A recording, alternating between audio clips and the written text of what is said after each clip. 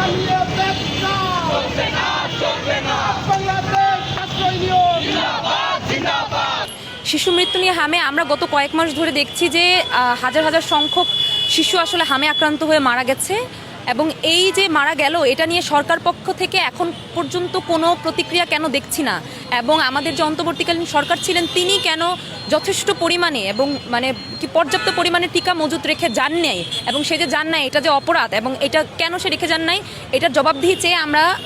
চেয়ে এবং হচ্ছে সরকার পক্ষ এখন পর্যন্ত কেন কোনো প্রতিক্রিয়া দেখেনি এই দুটা বিষয় নিয়ে আসলে আমরা আজকে আমাদের এই